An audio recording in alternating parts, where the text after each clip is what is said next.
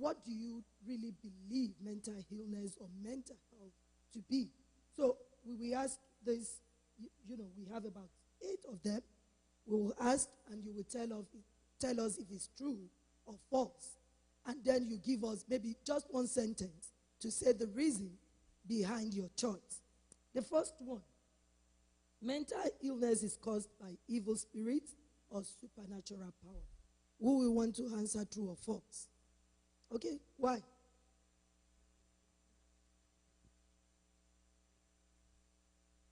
Is it when it comes to mental illness?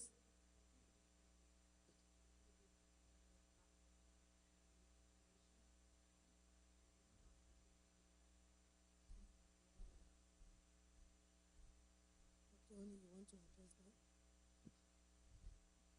Yeah. Well, I mean, I think it's false too, because a lot of time we say, why is this person behaving this way? Somebody did something to him or her. It's a voodoo. It's the way you look at the person. It's the way you talk about the person.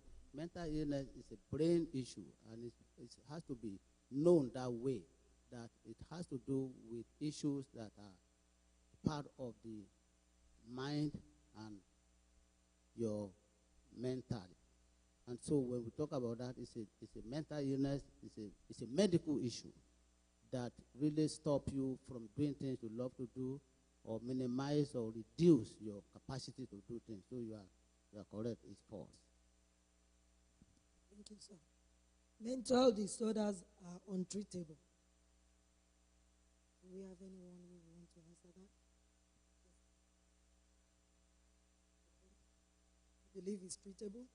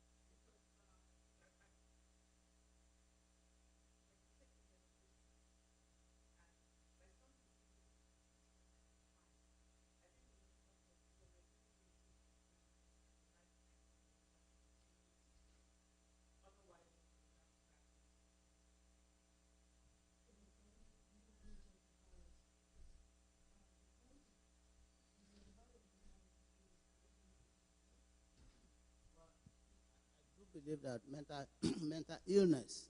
First of all, I want to separate mental illness from mental health, because a lot of time we use this word simultaneously, interchangeably, to mean the same thing, but they are not the same thing. Mental health, every one of us has mental health to some degree. When you are able to get up and cope and do things on an everyday basis, your daily activities are not affected, then you have what we call good mental health. But when there's some type of not so, that is when we call it mental illness. So there's a difference between mental illness and mental health. Mental illness is the same thing that we call mental disorder. When something is disorder, that means it's not in line.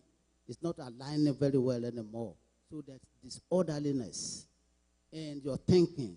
There's orderliness in your thinking and talking, and even the way you believe things. Maybe you are seeing things that nobody else is seeing.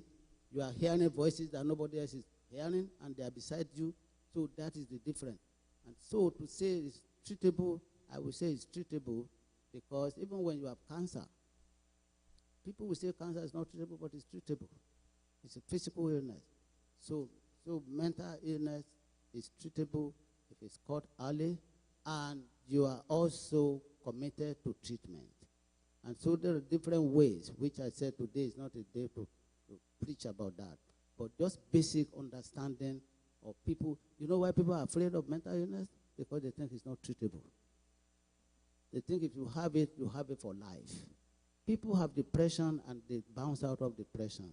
That's what they call trauma growth. People may have trauma and they can grow out of it. And so the same thing with mental illness, of all the kinds of mental illnesses. It's only when, even if you have headache, and the doctor said, take your medication or take something for it, and you are not taking it, you don't go away. But if you follow the regimen of those things, it's treatable. There's no research, in any research I've seen that says it's not treatable. All they are saying is it's treatable. Yes.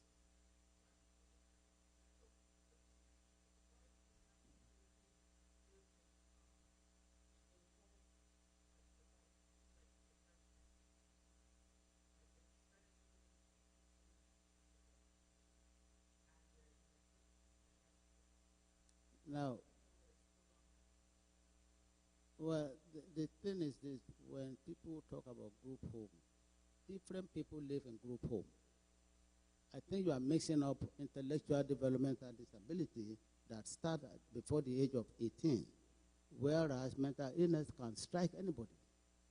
If you have car accident today, you can have TBI, and that becomes your traumatic brain injury. That is never, that's different. So the people you're talking about is developmentally from the beginning. Thank you. So I think our time is up because you gave us just 10 minutes. Pastor. Okay, so we are done. So let's keep asking.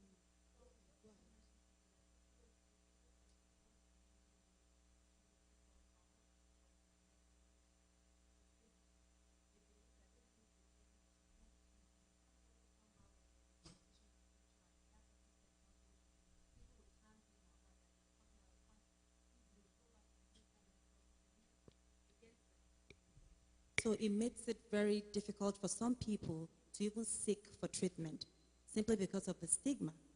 So I think another thing you would have to do is talking and teaching people for them not to stigmatize people. And that would encourage people to seek for help when they need it. Because it's something that still happens right now and they would never talk about it. They would just have on this mask on their face and then they go back behind closed doors and then deal with it. We all have belief. When you see people on the street already, you have some perception. And because of the African way of thinking, like I said, when people doesn't understand something, they stigmatize it. And sometimes when the community also knows about this, we are afraid because we are going to gossip about it, which I usually call community gossip syndrome. That disallow us from expressing those things. And when it happens within the community that we are hiding from, it's no longer gossiping. We had some incidences of kids and adults that committed suicide, and it became public information, and people have been hiding it because of this public and community gossip syndrome. So we need to be careful about those things. We need to share information. Anything else to take away from this small talk this afternoon is to be able to say, hey, I want to share what is going on with people because you don't know where you're going to get your help. From hiding things, you don't get help. And it's good to share. People get better from hearing other people's issues. A lot of time when you tell people about what is happening to your children in school, that is when other people say, oh, so you are not alone. And then you start learning from each other. So we need to be careful. Thank you very much, sir. So one of the things that we encourage people to do more of is just to really keep, the hidden dimensions of wellness.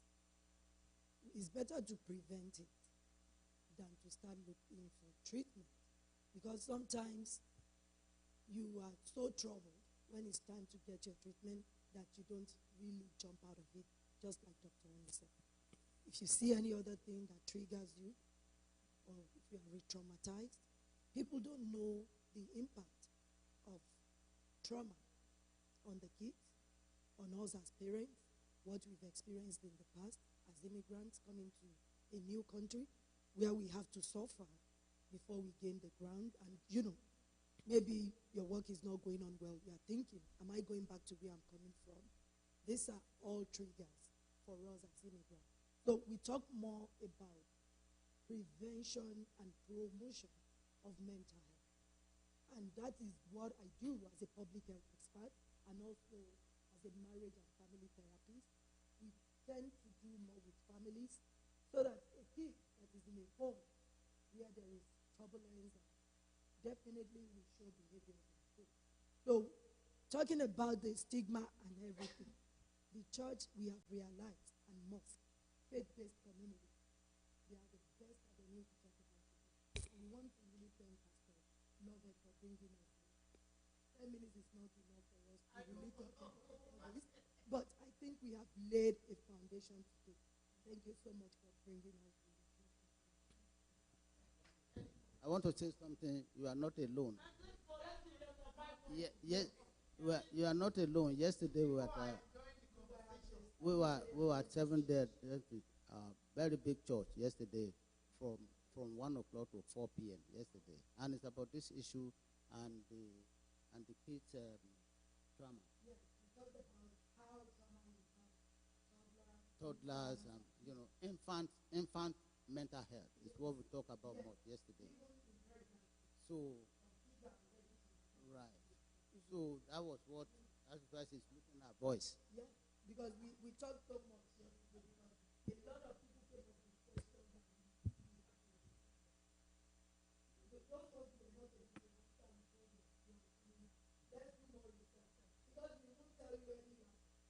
We are all doing our findings. We are doing our research so that we can meet the needs of the faith-based community. The mosque that used to be very close to our family, they invite us to. That's what they do. The kids will come to school.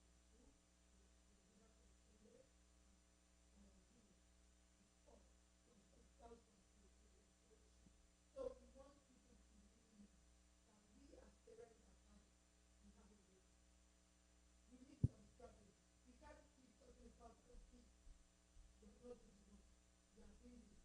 We need to understand the Dr. Oni will call all these kids that were brought from Africa to the US, those ones from the country. Dr. Oni will call all them American born because they see a different culture at home, and then they get to school, they see something different, especially around gender orientation and things like that. They are curious enough. They want to know why it is so. We only know about the boy. There is no in between. But when your friend is to start talking about being gay and he's a boy, and because they're telling you you're a girl, you bring them a lot of confusion. So they are curious. And they ask themselves, we do teachers? What do you mean by that? You need to know that. You need to attend to them at that level. There is a lot of confusion. So we need to do that. Educating. So that these kids do not even develop mental illness the next time they come to this. Because there is this Yoruba saying, hey, once you plant 100 stones, you're not able to join it. And you know that. Over to you. You don't go to you.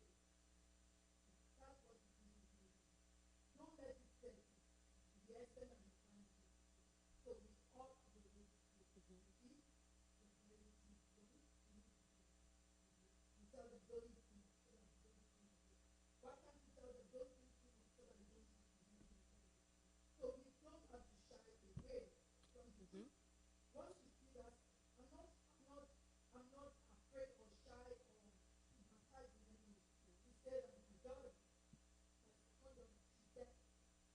And when we brought her in, just because she saw a new form of freedom, she doesn't know if it's 911 or anything. She has reported it to the police now. And they will come and say to me, said, you have a child that is very vulnerable. Then don't be scared. But for me, this is still Yep. fear. I can't allow her to sleep over here. I don't know At all. where she's No, going. not at all. So it got to a point, she will get to school, she's older now, she's 23. But then, I traveled to Nigeria before I came back. It was with all sorts of behaviors in school. I had to call the police. You have to go there before the police can go.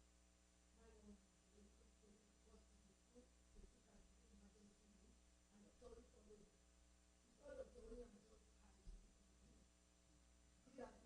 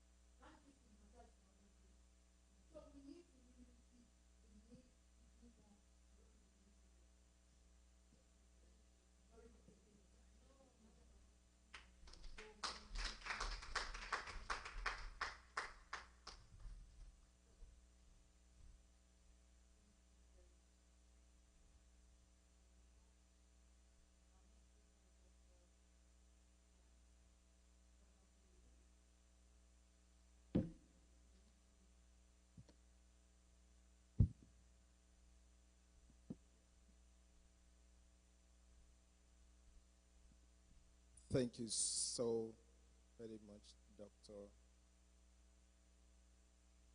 Hola. Wow, Dr. Oni. You know, sometimes it's not about spending 2 hours to speak. It's just speaking straight to the heart of the people. You just did. Thank you so much. I was in a training some DOC, Department of Corrections staff, and they were talking about trauma. We were talking about communication. And I said this to the people: if what you do does not have impact on yourself, then don't think it's going to have impact on me. And I say this to make a change. The change has to be with people, and the people that the change is actually affecting. So when I was asked to speak on this, I thought, said I'm going to speak on this because sometimes daily living is something that it comes with discipline. If you forget anything today, it's about discipline. Some of you may have known that I lost 4 brothers to diabetes. And of course, my sister just died of diabetes. And of course, my twin brother that died was also diagnosed of diabetes. He died of diabetes.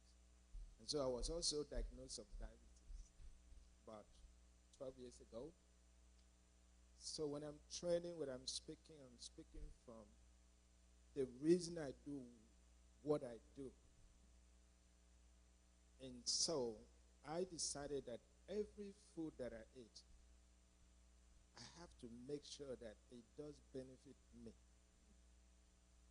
Having read about this, I'm not huge with medication, but I discovered that the best medication that I could take is food and exercise and the things that allowed me to live, and something that my doctor said, you don't have this diabetes no more. For the past 7, 8 years. And I continue to do the same thing for most of us that come back from work and decided that you should be eating at 12 o'clock, at 10 o'clock because you work late, and just rush to bed and just lay down. I have learned one thing, very practical, that for me, daily living is everything I do in life. I could be working here like in my office, boom, boom, boom, 20 push-up, 20, 40, in a very sarcastical manner that you don't even think about. I know what I'm doing. I'm helping myself, but I do it in the way that there's no way you understand what I'm doing. I'm helping myself. And I could be doing as much exercise because I actually do about 150 push-ups every day. But I space it. I space 50, 50, 50, and sometimes I don't. And another thing that I want to say is that one of the things that I got at the beginning of this issue was that family support. My daughter will actually look at the food and say, Dad, you can eat this. Look at the calcium. Look at all these things. The label. You can't eat it. No, don't eat it. Though that family support is very important. Exercise, my wife was saying the other time, my wife does not do push-up, but she's going to count how many push-ups I do. But she does the power walk, right? And I can do that. So finding somebody that can speak the same language with you when it comes to healthy living is very important. The person that understands that, and even picking up the phone and talking about things that does not stress you up. Because oftentimes, we all live in family situations and family life and Africa and here. And sometimes if you want to listen to everything and personalize everything, you'll be like, oh my goodness. Find somebody that you can speak to. Find somebody that no matter what, might not be your spouse, but your spouse must know the person so you don't get in trouble anyway. Find somebody that you can relate to, somebody that if you feel comfortable, you can actually talk to this person about it. So not just food, not just the exercise, is making sure that when those stress things comes, I learned from Dr. Ola and Dr. Oni right now. And sometimes we, the African, we don't talk about mental illness. You know, that's my background too. We don't. We cover it up. If you go to Anoga Treatment Center, I have to mention that you see how many Africans are in that place. Because we don't talk about it. I was a principal of alternative school, both high school and the middle school and elementary school. I can tell you that how many Africans just ignore it. From the preschool, we ignore it, and school age, we ignore it because of the same word, stigmatization. But you know what? I'd rather be stigmatized and deal with the issue than just abandon that issue because of stigmatization. It doesn't really bother me. So, I don't know how many minutes I have in my own time. When I do my training, world churches, I make sure everybody do the push-up, everybody do other things. We're just engaging and all that. Not today. My doctor said not today, but certainly might be tomorrow. But I don't know the time tomorrow if I'm going to be available. But, doctor, if you call me anytime, I think I will be available. But then you also might want to be able to look at the things that interest you more. Money is good. But that is this money that actually screw a lot of people up with their living. I don't know about you, but a couple months ago, I was in a Cameroonian community where we buried somebody that just came back from work after 16 hours. 16 hours shift. Never woke up. Never. We pushed this body until this body, you know that car, if you guys are from Africa, there are some cars that push before it starts. When that body got to that area that you have to push before the body starts, you just need to say, hey, something's going on right now. And so we need to pay attention to our body. Whenever some of you have known me know that I probably have not put on weights or anything since how many years since you ever known me. You have to make sure you stay with your weight. And every time your weight increases, find out why. It's very important. We don't really find out why. Another thing that I want to share here is that some of us don't like hospital, unfortunately. We don't want to go to the hospital. You already paid for the insurance. Go for the checkup. They're just going to check up, and then you know if it's diabetes or high blood pressure, you know how to deal with it. If it works, fine. If it doesn't work, fine. So rather than going to the hospital, we're probably going to go to the store and take some supplements. It's good to go to the hospital. Please let me know when it's my time. I talk for a living, okay?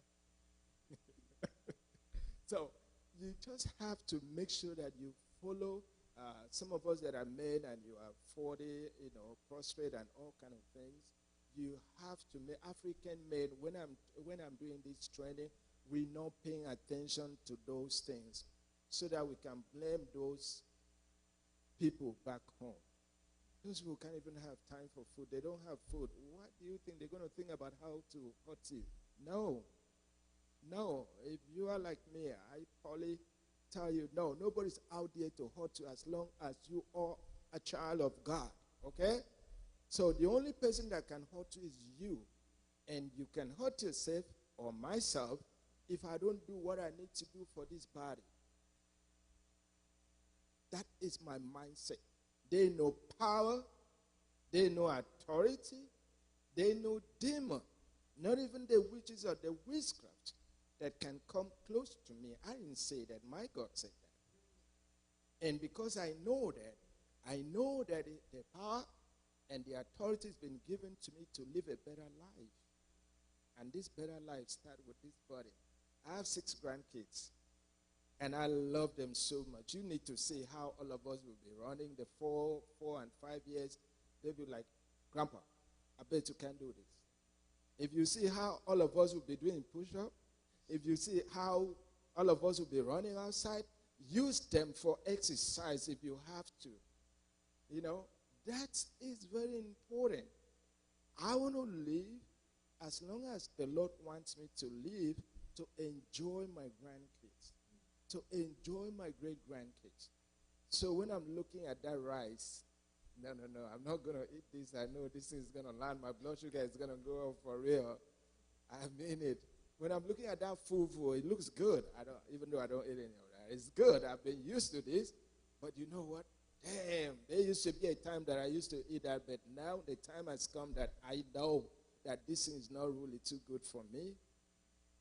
The catch here is that it might be good for another person, but it's not good for you. So you find out what works for you and stick to what works for you. Because for me, I conducted a revised research on diabetes, and I used myself as an example. Myself as an example, timer, please give me your time, okay? I speak for a living, okay? When I eat the quantity of food, I look at the time, and I look at when, and the quantity of it, and the quality of that.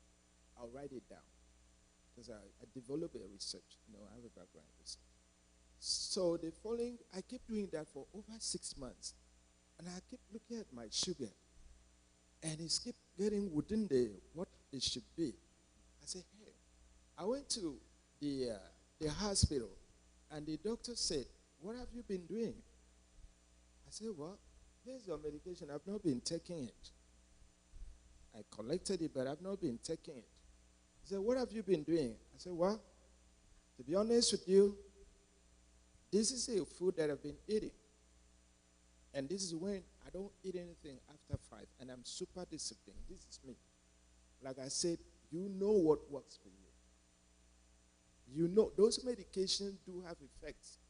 It works. But you know whether supplement, they do have effect. But know what works for you. But for me, what works for me is to understand that little quantity of food that I eat. And I eat that food at a particular time. The range of, I don't eat past between 5 and 6. I can snack with nuts. But that time, I check my blood sugar this morning when I'm training, I'm looking at real. Sometimes I showed people, I say, this is what it is. I grab it for the past 6 months, 3 months, 90 days, and how I do that. Each one of us that may have something like that, you have the ability, you have the wisdom, you have the knowledge to do your own. I'm also, as a lecturer here in the university here, I'm always telling my students, grab the information that you have right now, make it your own. What we have here is, talking points, but grab that information and make it your own. We call it transformative learning. It's a problem-solving learning. So the tools that I'm giving you is the tools that you're going to use to solve your own and the community problem. So, having said that, I did the study myself, researched it, and I know this food is good for me. And one thing I also did, I purposely screwed up and ate rice. My wife is one of the best cooks. I don't know about you, but my wife is one of the best cooks. I ate that food, and I checked my blood sugar. It went crazy. And that kind of gave me another study to say that if you continuously attempt your lifestyle this way, and you screw up, what we call indiscipline in our health, and then this will be the outcome. So in my research, I wrote that down as an outcome with my experience. Again, wherever you are, that support is very important. You need somebody to tell you that no matter what you're going through, it's good. One of my sons does wrestling for hobby. He taught me how to box. He taught me how to box, and he's also helping me too. And so when it comes, it's just like, Dad, I bet you can do this. Dad, I bet you.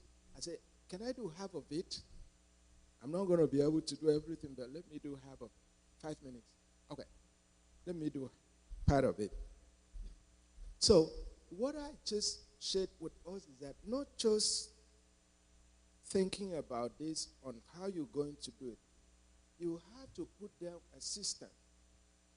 in place, and that's what the writing part comes in. Now, once you put it in writing and you know this is you, and it's not like some days you're not going to screw up. Oh, I screw up a lot. So many times I screw up myself. I say, damn, I didn't know I was going to do this. But my point is that you've written this down, and so it's going to be on you to follow through it. Daily living, better living is about discipline. I go to a party, and I see this food. I do eat fish, though, but I don't eat meat. Okay. But sometimes the meat will be super good. Looks super good. But I already told myself, fish can never be meat. Meat can never be fish. I just shake my head and pass. So I'm just going to pause here for a couple questions, and then I answer the questions before my time is up.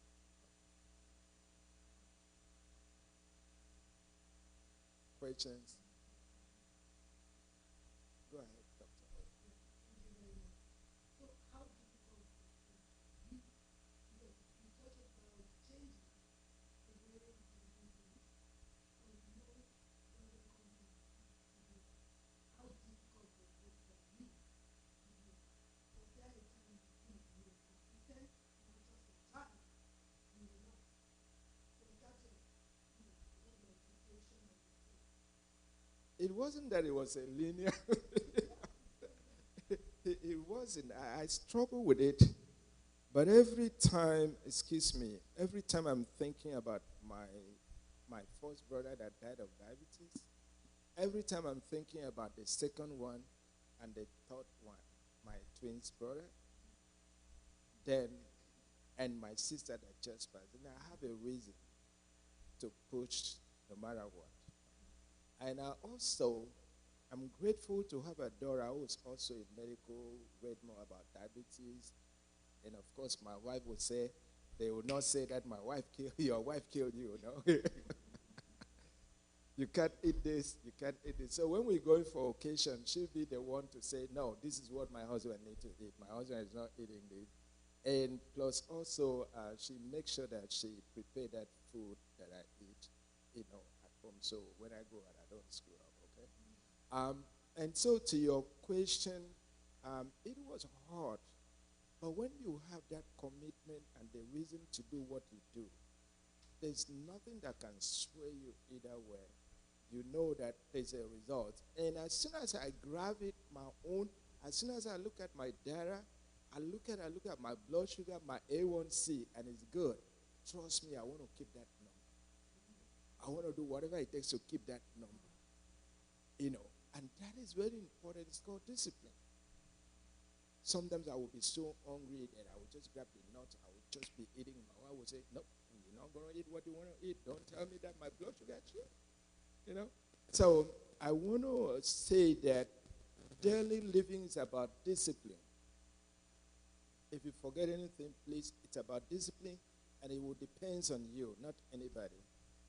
Mine depends on somebody that supports you, but that commitment that you wake up in the morning, excuse me, I just feel like doing the push-up. I don't care.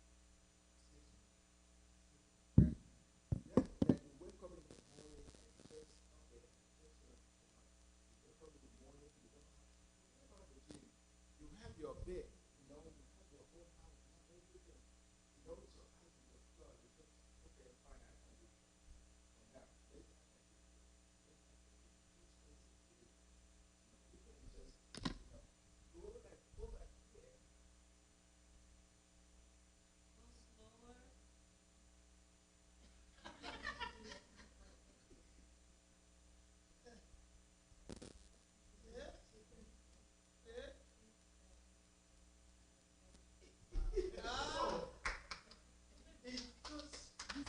And if you do this in your room, and you know that, yeah, I took this in the morning. I'm really steady. I'm really good.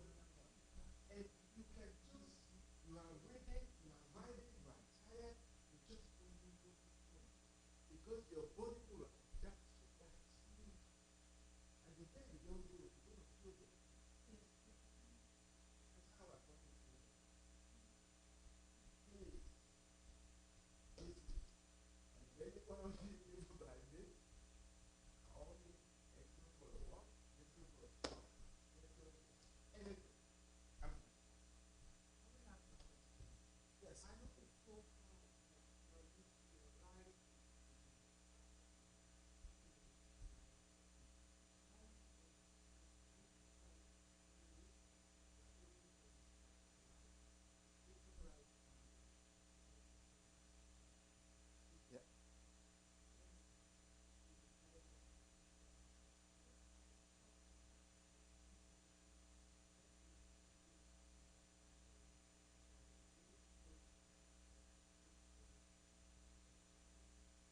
Yes. Thank you. Remember, my question is, what works for you? The rice may work for you, though. They may not work for me. For most people, they can eat rice, and they're good. Gary, they're good. Those are the carbs. Not. Those are a lot of carbs. But I think the key important thing here is you have to factor out how much carbs is in the plate of the food. I was in Africa. There's no money, no money, no money. If you see the food that these folks consume, the rice, you're like, damn, you're killing yourself slowly. Ain't no whiskey or whisker. It's killing you. So you could substitute rice with wheat or anything. People are doing, yeah, you could do that too. There are a lot of things, but try what works for you. Yeah, corn flour, all that. Try what works for you. And like I said, when you try it, write it down. Start with the quantity. That's something that we don't do. When you are at the age of 40, I will be 60 very soon. I don't know. Like maybe next year. I don't know. So, my time is up. Oh, the question.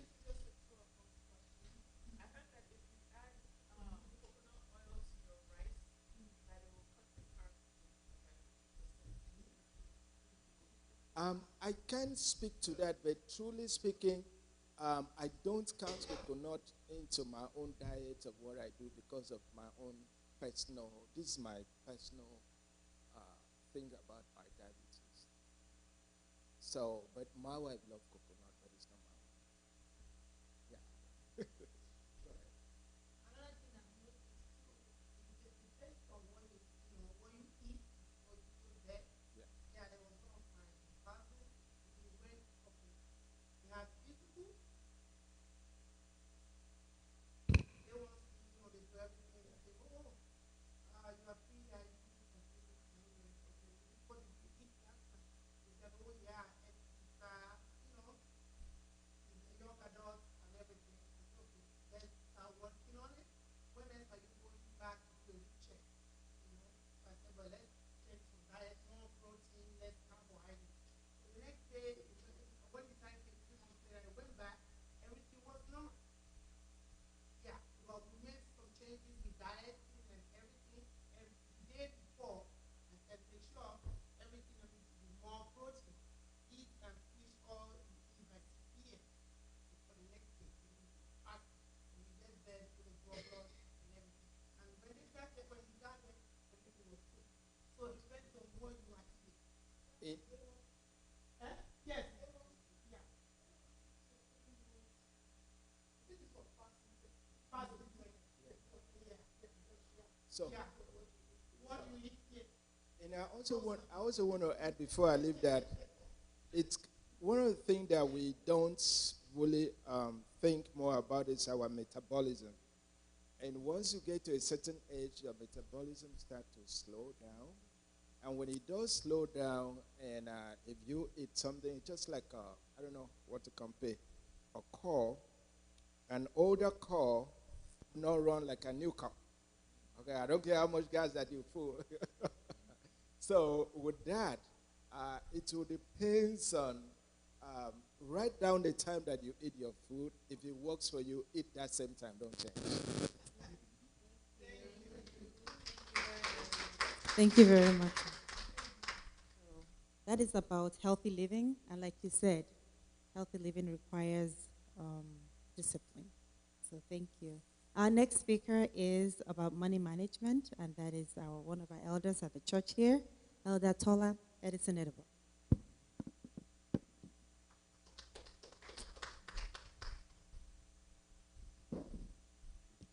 Hello, good afternoon, everyone. Welcome to Ark of Covenant Ministry. So I know my sister said money management. I'm not an investment advisor or money advisor, but I am an accountant and a tax professional. So today I'm really here to talk about taxes. So I have someone passing around just our basic 1040, the one most people will file, the federal tax return 1040.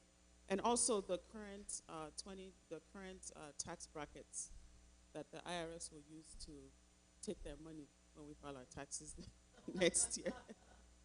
So I really just wanted this discussion to be based on, some of the things that I have seen. I've been doing taxes for close to 20 years now. Just on some of the things that I've seen from different people who have come to prepare their taxes. Like number one, filling out the W-4 when they're working, especially for those of us who have multiple jobs. When we fill out our W-4, a lot of times you have your main job, you fill out a W-4, and then the second job, you fill it out the same way. I always advise my clients not to fill it out the same way because each employer will take out taxes as if that is the only job you have. So when you're filling it out, there's some adjustments that you have to make. There's a calculation on there if they'll ask you if this is your second job, to mark on that. So take into consideration the fact. Sorry, it's not the W-4. No, the W-4 is on the W-4. When you fill out the W-4. Yes, when you fill out the W-4. To be sure to always do that, especially, and also if you have part-time jobs. Like if you have a part-time job, your hours are not a lot. So definitely they're just not going to take. Some people will go on a second job and not have any taxes come out during the year. And it's because of the way it was filled out. So always pay attention to that and always indicate. And you can always have them take out extra from it. I mean, $25, $50 from each paycheck. Sometimes it doesn't do too much damage. You can have them take out extra. So then I also just wanted to show you the basic 1040 to show you the items that the IRS consider income that could be taxable. So it just depends on which tax bracket you fall in. So normally our wages that you get, our paychecks that come on a W-2. If you work in like a restaurant and you get some tips, they expect you to declare your tips, your tip income. Sometimes Medicaid waiver payment, that's another one that I've seen in recent years because there is a provision for those who work like PCA for their family members and earn the waiver payment. Sometimes you don't have to pay tax on it. You don't have to declare it. But people want to put it on their tax return because they need income to show that they made some money, especially if they're trying to buy a house or get a loan. But the waiverly payments, if you're working on behalf of a family member, it can be tax exempt. Taxable dependent care benefits. For those of us who have employers who provide, IRS has a thing where to help pay for, so there's a daycare credit that you can get. Sometimes you can get some of that during the year if you sign up for it at work. You can get some of that during the year on your paycheck, and you can use that it'll be in an account like a health savings account, something similar to that. So when you want to pay for your daycare or after you pay for it, then you can get reimbursement from it. So if you do that at work though, and you don't end up using all of that money, the rest of it you do have to declare it and they have to tax you on it because that money was taken out. It was taken out before taxes. So all that will be reported on your W-2, and then they'll ask for your daycare expenses. So if they don't line up,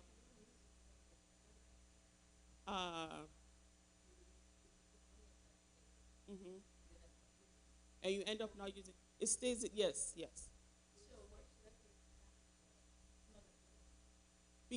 Well, if you said you didn't use it. Yeah. And you normally forfeit it at the end. Yeah, but it carries over. It carries over every year. You can carry it over. It stays in the account. Yes.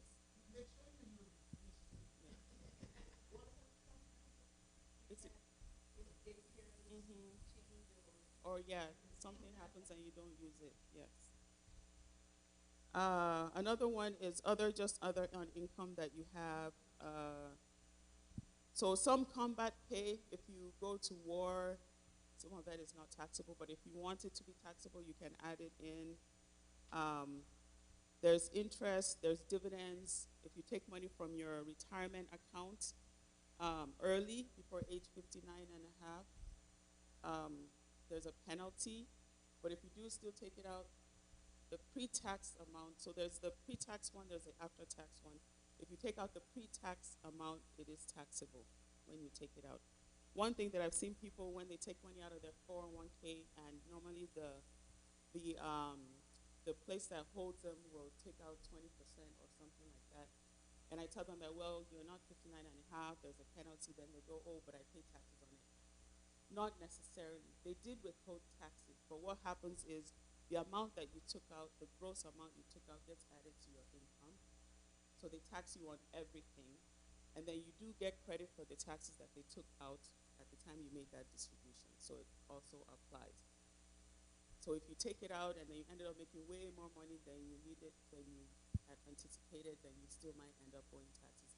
Not necessarily just the penalty piece to it. Social Security benefits, technically, for most people, it's not taxable, but if you're still working while you're collecting Social Security, some part of your Social Security benefits will be taxable. A way to figure that out sometimes is just add half of what you're getting in benefits, add it to your regular wages or other income you have. If it is more than $25,000, then you could have to pay tax on your Social Security benefits. Yes. Yeah. Well, that's for a single person. So if you're doing married family joint, I think it's like 32, higher, a little bit higher for married family joint. So capital gains tax. So if you had an investment property, you sold it, you had a gain. The gain on that is taxable. The rates are a little bit different, but it's also taxable. If you open a trade account, a lot of people opened accounts with this place, I forgot. Even the young kids opened it. Yeah, there was Bitcoin and there's this other one that the young people were doing. Even my children open accounts there. Yes, Robinhood, yeah. So you do trading. If you have a gain, even if you do not take the gain out, you leave it in there. As long as there is a gain, it is taxable. Unfortunately, if you lose, the losses are limited. So for a single person, you can only deduct $3,000 of your losses, but you can carry it over to other years to deduct them at the time. But for your gain, all your gain is taxable in the year that you have the gain. And then just other miscellaneous income that you might earn. Things like you have a car, you bought it for $10,000, you decide to sell your car, you were able to sell it for $15,000. They expect you to declare that. I don't know how many people do, but they do. It's the law. Okay. So that's your income items. And then deductions. So there's two types of deductions, the standard deduction and the itemized deduction. Standard deduction, most people nowadays, since 2018, would do standard deduction because it's higher than if they itemize expenses, since they got rid of some of the itemized expenses that we can have. So itemized deductions, so standard is just a standard based on your filing status. So a single person, I think it's about $12,950. Married filing joint is about $26,000. Head of household, I think it's about 19. So you add up all your income and then you deduct the standard deduction amount. So that would get you to your taxable income for most people if you don't have a business.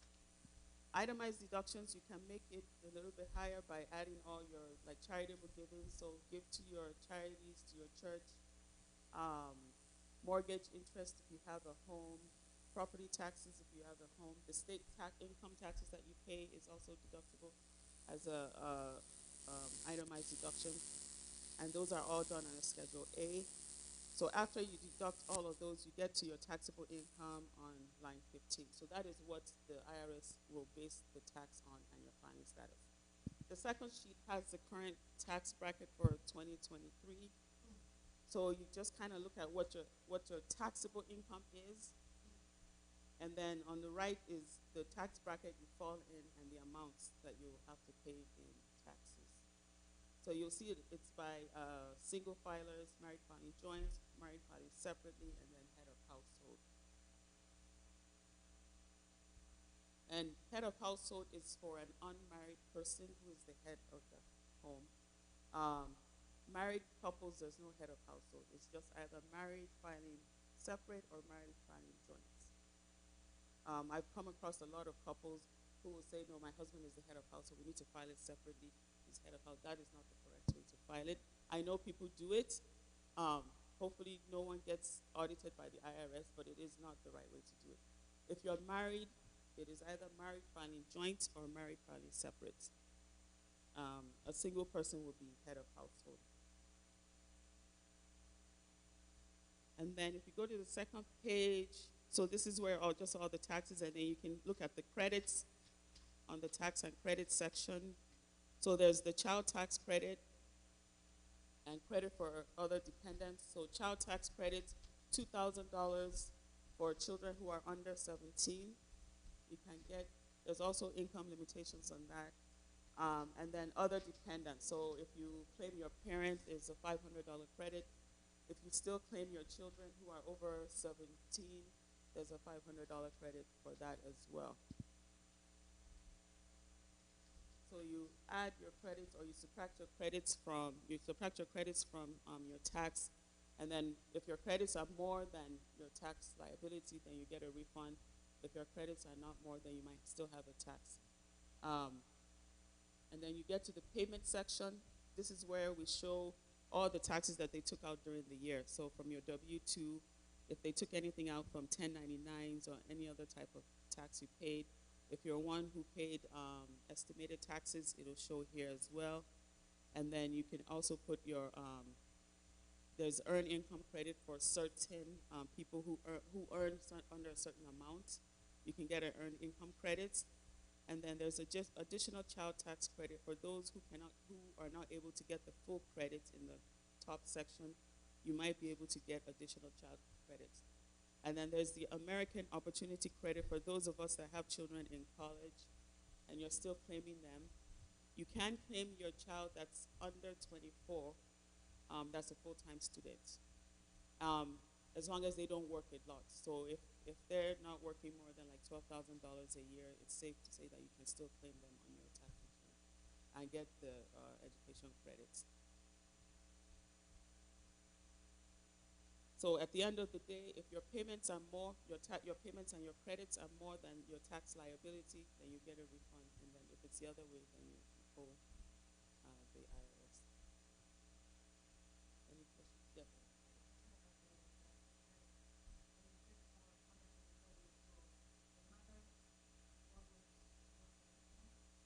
No.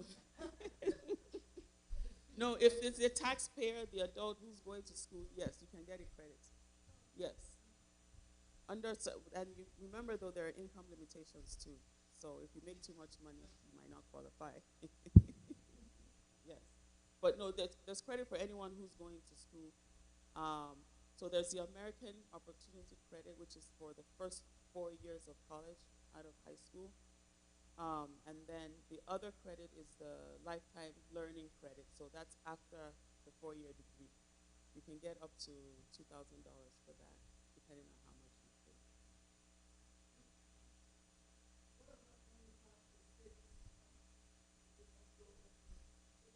The interest on your savings account. If you earn more than $10 or more. Yes. Yes, and your bank or wherever you saved it should send you a Form 1099 INT at the end of the year. So if you earn more than $10, yes, it is taxable. Yes, the interest is taxable. Yes. Yeah, I know, right? They tax everything, nothing.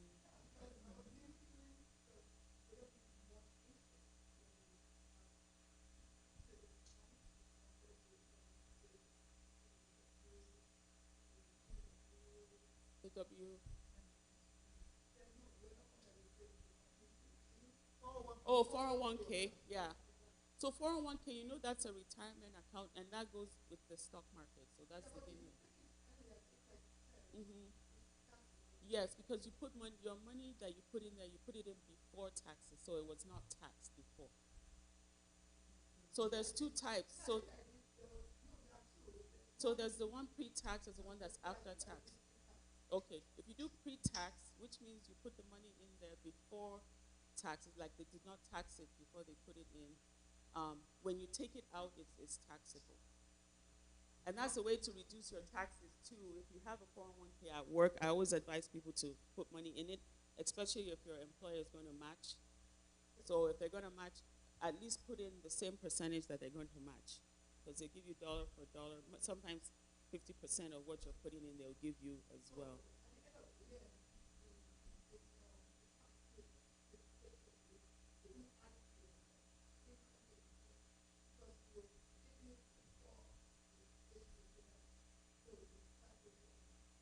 Well, there's a penalty if you take it out before age 59. At any age when you take it out, it's taxable. It's just, that's why they call it a tax deferment plan. So there's tax on it. You're just deferring the tax. Not now. You don't want to be taxed now. You want to be taxed in the future when you take it out. Because it's meant for retirement. And I think the assumption is in your older years, your income will be less. Therefore, even if you take it out at that time, you might not end up paying tax on it if you don't earn a lot. But if you're a person who, even in older age, you still work a lot. But if you're a person who still works when you're older and you still earn money, when you take it out at that time, you might end up still paying tax on it. Yeah. But it's a tax deferment plan. So it's not like you're not going to ever pay tax on it, on that pre-tax portion. It's just that you're deferring it. You're not paying tax now, you're paying it later on. Yeah, in the year that you earn it, yes, you don't pay tax on it, correct. Yeah. And right now, I think you can put up to I think it's 22,000 this year that you can put in there that, 22,000 of your income that would not be taxed currently in current years.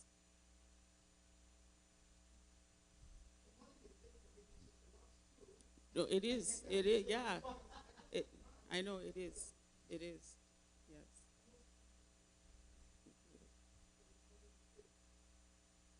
When you said, are you talking about retirement account? Or?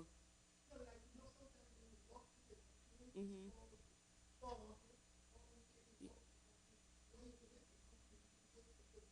Yeah, you can go take the money. If you do at the time and you don't roll it over and you just take it and keep it, you have to pay the penalty if you're under 59 and a half, and you have to pay the tax.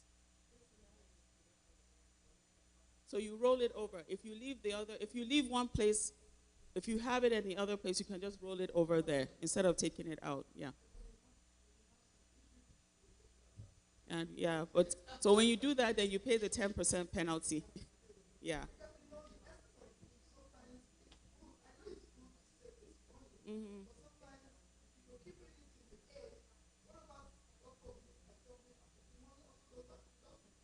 No, it doesn't go back to the government. Your dependents will get it. Yeah.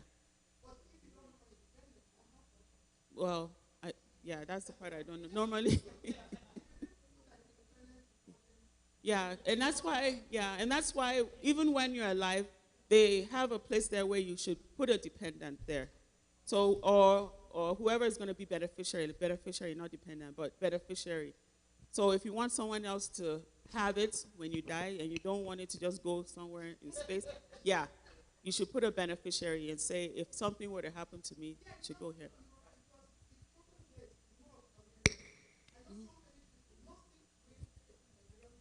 Mm-hmm. Yeah. No, and no, you're right.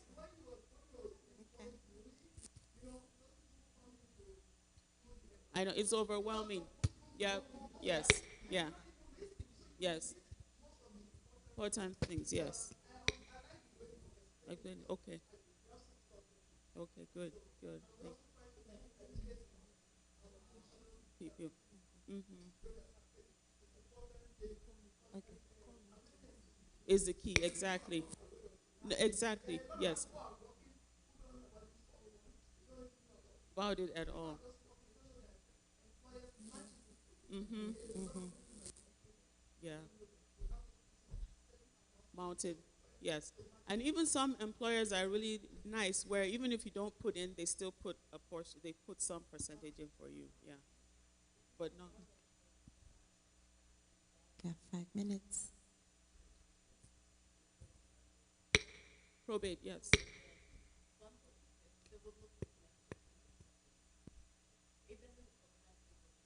Mm-mm.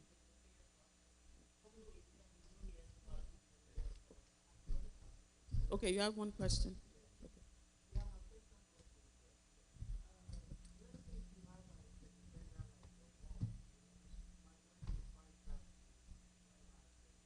Mm-hmm.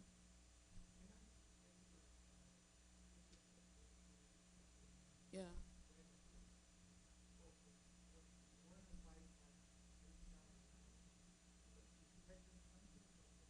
yeah.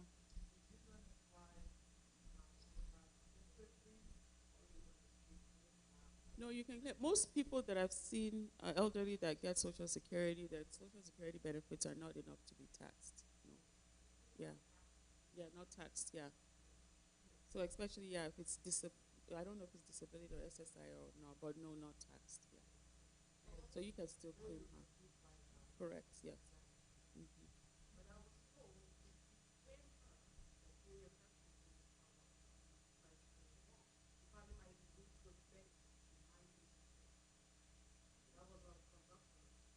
Who said that? It's.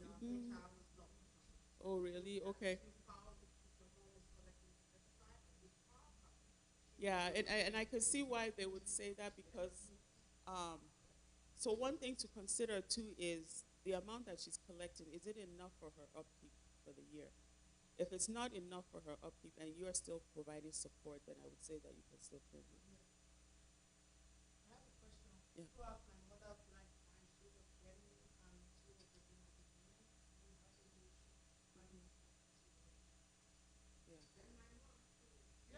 Mm-hmm. Problem. Yes. Yeah. Mm. Okay. Yeah.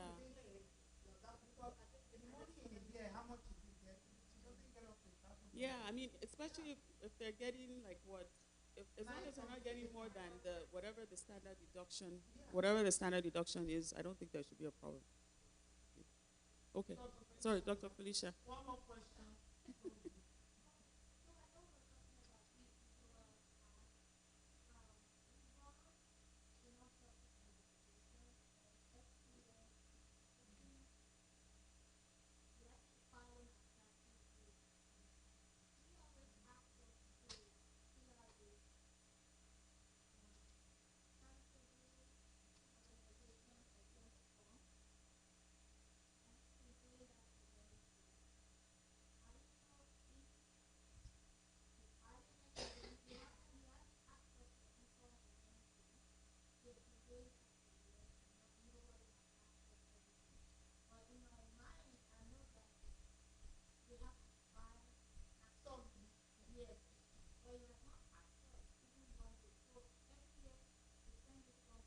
Yeah. So, oh, okay. Yeah.